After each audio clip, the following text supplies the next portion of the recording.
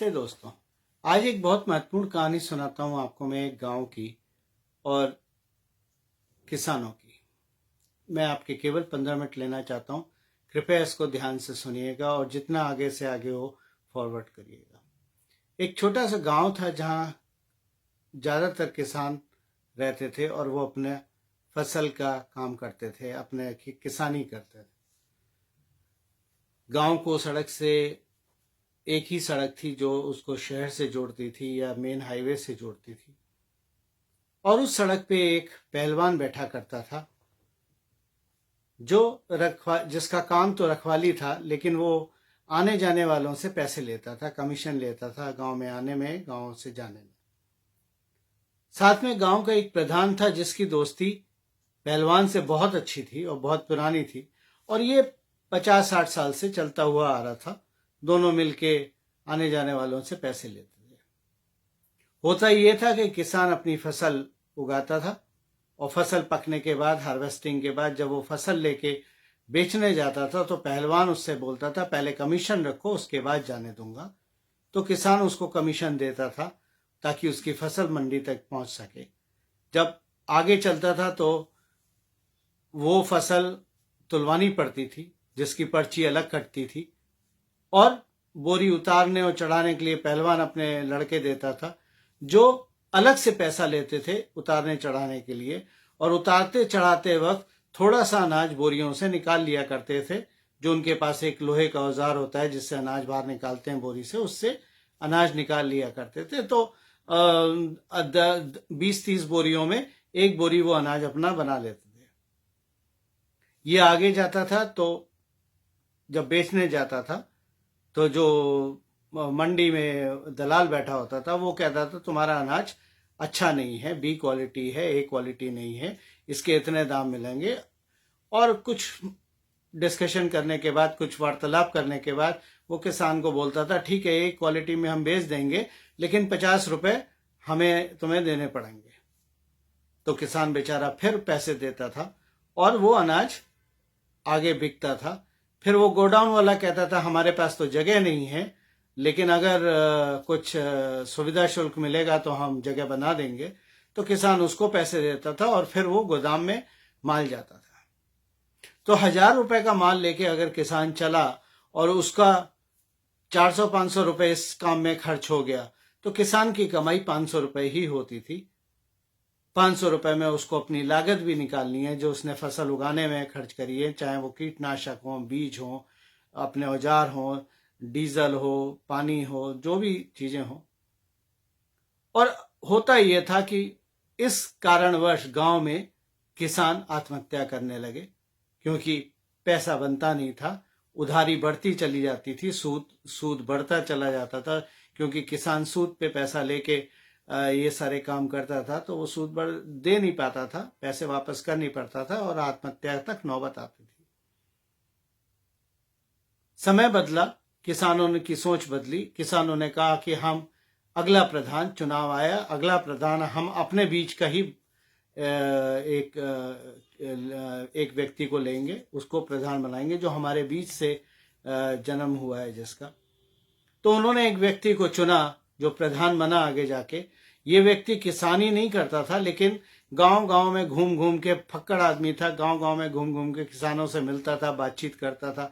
और ये व्यक्ति वो था जो अच्छी तरह से जानता था कि गांव में दो काम होते हैं, एक तो फसल उगती है जो देश खाता है, दूसरा गांव भारतीय सेना के लिए जवान देता है। इस व्यक्ति ने जब ये प्रधान बना, इसका पहला दायित्व जो था वो ये था कि मैं दो काम करूंगा, पहले अपने फौजियों को सुरक्षित करूंगा और दूसरा काम किसानों को आगे बढ़ाऊंगा ताकि वो अपनी परेशानियों से बाहर आए, आत्महत्या तक नौबत ना पहुंचे।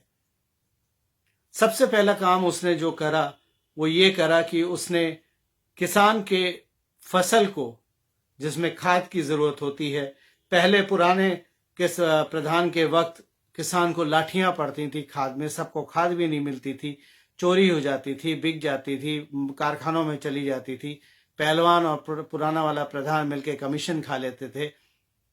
तो नए वाले प्रधान ने सबसे पहले क्या करा कि खाद को नीम कोटिंग कर दिया ताकि अब खाद कारखानों में जाने लायक ना रहे और उसको पहलवान रास्ते में ना रोक पाया और सीधी गांव में हर किसान के पास पहुंचे।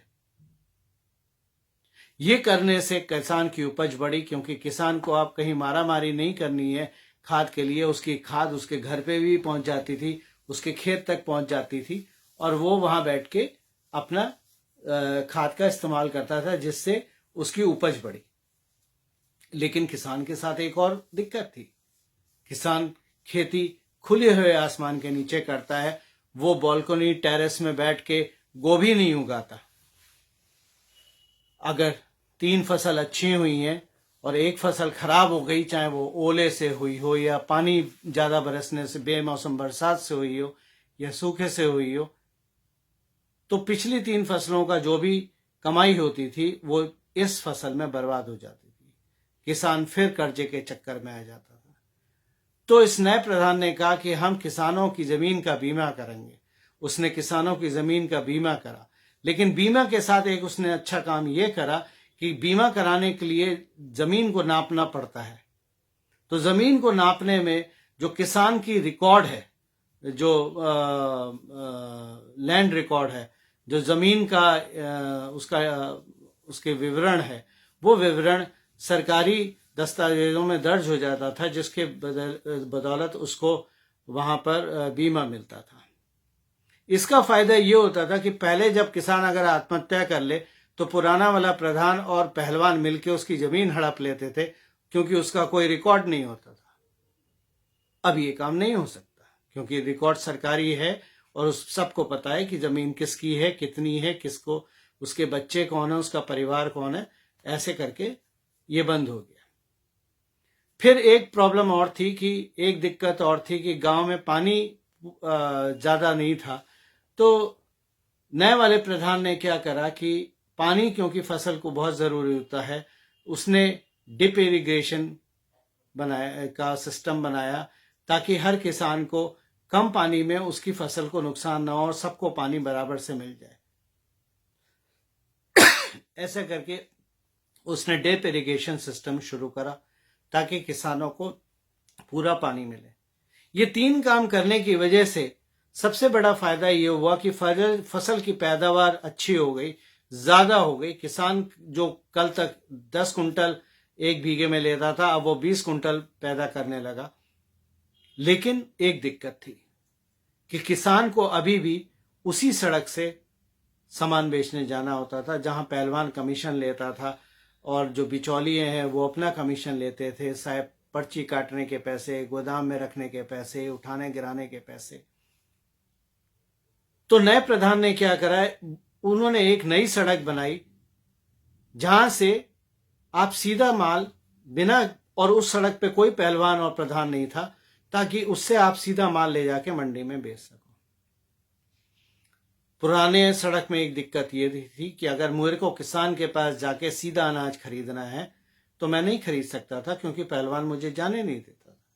वो बोलता था गोदाम से खरीदो, मंडी से खरीदो। तो अब, और किसान का वो जो पुराना रास्ता था वो एक ही मंडी तक जाता था, वो कहीं और नहीं जा सकता था। नए वाले रास्ते में क्योंकि कोई भी बीच में नहीं बैठा है, पहलवान भी नहीं है, प्रधान भी नहीं है, किसान जहां चाहे अपना अनाज लेके सड़क के बाईं तरफ जाना चाहे बाईं तरफ जा सकता है, दाहिनी तरफ जाना चाहे दाहिनी तरफ जा सकता है, सड़क के किनारे बैठ के बेच सकता है। कहीं ना जाना है तो उसके खेत में, मेरे जैसे लोग उसके खेत में पहुंच जाते थे और पूरा माल उठा के अपनी गाड़ियों में लाते थे। किसान को ट्रैक्टर की भी जरूरत नहीं पड़ती थी, कुछ नहीं करता। इससे क्या फायदा हुआ, जो पैसे बिचौलियों को खिलाता था वो किसान की पूर्ण बचत हुई। ये बचत किसान की जो आमदनी है उसको बढ़ाया। किसान अपना कर्ज चुका सकता था, अब आत्महत्या की नौबत नहीं आती थी। अब किसान के पास पैसा है। जब पैसा किसान के पास आ जाएगा तो किसान और अच्छी फसल उगाएगा। अब सवाल ये उठता है, ये किसान के पास जो ज्यादा पैसा है उसने क्या करा? पहले किसान पुरानी व्यवस्था में जब था तब वो किसान अपने पैसे को घर में रखता था, किसी चावल की बोरी में, जो कनस्तर होते हैं उनमें रखता था, कैश रखता था, नकद। अब किसान, नए वाले प्रधान ने क्या करा कि उसने एक काम और करा, उसने एक बैंक खोल दिया। तो अब किसान को पैसा अपना बोरियों में और कहीं रखने की जरूरत नहीं थी जो कोई भी उठा के ले जाए और छीन ले। वो पैसा सीधा बैंक में रहता था। पुरानी व्यवस्था में जब अगर प्रधान किसान को कुछ देना चाहता था तो पहलवान के थ्रू जाता था, पहलवान उससे कमीशन ले लेता था। मान लो सरकार की तरफ से 1 रुपया आया तो रास्ते में सबने कमीशन खाया, किसान के पास 15 पैसे पहुंचा। अब नए बैंक में अगर सरकार देना चाहती है, वो सीधा किसान के बैंक में जाता है जहां से किसान इस्तेमाल करता है, कोई उसे नहीं छीन सकता। इससे किसान के पास पैसा बहुत हुआ। जब पैसा बहुत हुआ तो किसान अपने लिए, अपने परिवार के लिए बाजार में गया, अच्छे कपड़े खरीदे, उसने मोटरसाइकिल खरीदी, ट्रैक्टर खरीदा और सामान धीरे धीरे खरीदता रहा।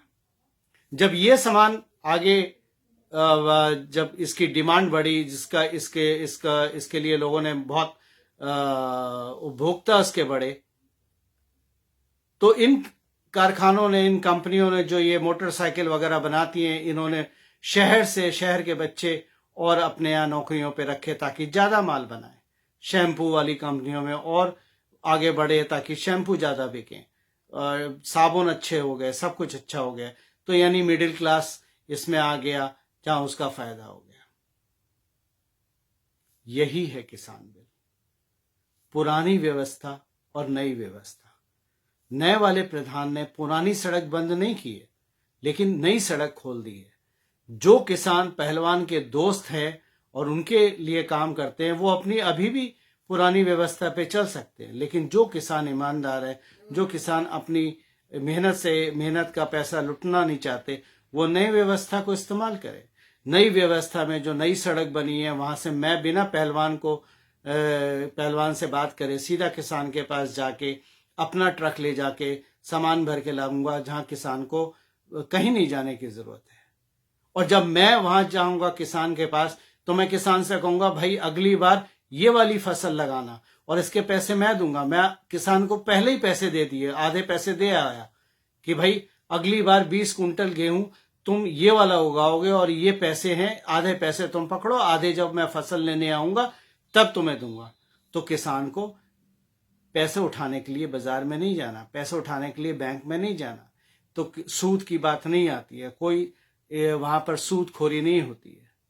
जब सूदखोरी नहीं होगी तो मुनाफा शुद्ध होगा, किसान का होगा, जिससे किसान आगे अपना काम कर सकेगा और फ्लोरिश कर। जब किसान की प्रगति होगी तो किसान जो अपने लिए सामान खरीदता है, उन कारखानों की प्रगति होगी। और जब उन कारखानों की प्रगति होगी तो मिडिल क्लास की प्रगति होगी, क्योंकि मिडिल क्लास उन कारखानों में काम करता है जहां पर ये सारी चीजें बनती हैं, चाहे वो ट्रैक्टर हो, मोटरसाइकिल हो, इत्यादि इत्यादि। आज क्या हो रहा है? आज ये हो रहा है कि वो पहलवान और उसके पुराना प्रधान और उसके गुंडे मवाली नई सड़क पे आके बैठ गए हैं और वो सब ये कह रहे हैं कि इस सड़क को उखाड़ के फेंको, क्योंकि ये सड़क हमें पसंद नहीं है, जो भी सड़क इस्तेमाल होगी वो पुरानी वाली होगी। किसान बिल इससे ज्यादा कुछ नहीं है। यही मूल उद्देश्य है किसान का। अगर आप देखें, मैंने अभी पहले जैसे कि कहा कि फौजी और किसान इस प्रधान की प्राथमिकता थे। आज फौज में अच्छी बंदूकें हैं, अच्छी तोपें हैं, बुलेट प्रूफ जैकेट है, अच्छी, आप फौजी को पूछना नहीं पड़ता है कि मैं गोली चला लूं। अब यह है कि अगर दुश्मन सामने खड़ा है तो पहले ठोक दो और उसके बाद बताओ मैंने ठोक दिया। गोलियों की गिनती देने की जरूरत नहीं है। तो जहां इस नए प्रधान ने फौजियों को मजबूत करा अपने देश की सुरक्षा के लिए, वहीं इसने किसानों का उद्धार करा ताकि किसान खुशहाल हो। अगर किसान खुशहाल होगा तो पूरा सिस्टम खुशहाल होगा। यही मैंने पहले बोला था, इसी को कहते हैं सैशे इकोनॉमिक्स, जिसको मैं बोलता हूं कि अगर यहां से आप शुरू होंगे नीचे से, तो नीचे वाले मिडिल क्लास को पुश करेंगे, और जब मिडिल क्लास को ज्यादा नौकरी मिलेंगी, ज्यादा कारखाने में माल बनेगा, तो यही माल आगे बिकेगा जो उद्योगपतियों को भी फायदा पहुंचेगा। दोस्तों, YouTube पे मैंने अपने चैनल को मोनेटाइज नहीं किया है। मुझे किसी भी वीडियो का 1 पैसा भी नहीं मिलता है, ना मैं लेता हूं। मेरा उद्देश्य केवल ये है कि सही बात देश के कोने कोने में जाए। मेरी आपसे विनती है, इस वीडियो को आप जितना चाहें उतना शेयर कीजिए। मैं ये चाहता हूँ गांव का हर किसान ये समझे, जो हड़ताल कर रहे हैं वो भी ये समझें सच्चाई क्या है। और अगर आप मेरा शेयर करना नहीं चाहते कि मेरे कहीं मेंबर्स बढ़ ना जाएं, फॉलोअर्स बढ़ ना जाएं, तो आप इस वीडियो को डाउनलोड कीजिए व्हाट्सएप पे या जो भी माध्यम आप इस्तेमाल करते हैं। आपको कोई कॉपीराइट पूछने की जरूरत नहीं है। आप जहां चाहें जैसे चाहें इसको भेजिए, इसको अपलोड कीजिए अपने फेसबुक पे, ट्विटर पे, जहां पर भी आपको उचित हो। आप अपने यूट्यूब पे चैनल पे अपलोड कीजिए, मुझे उससे भी कोई प्रॉब्लम नहीं है। मैं बस ये चाहता हूं कि सही बात देश के हर कोने में जाए। और अगर आपके कोने में हिंदी समझ, आप जहां रहते हैं वहां हिंदी समझ में नहीं आती है, तो कंटेंट आपको पता है, आप अपनी भाषा में ऐसा वीडियो बनाइए और अपने लोकल लोगों को दीजिए ताकि उनको सही मार्गदर्शन हो, सही चीज सामने आए। मेरी यही विनती के साथ जय हिंद।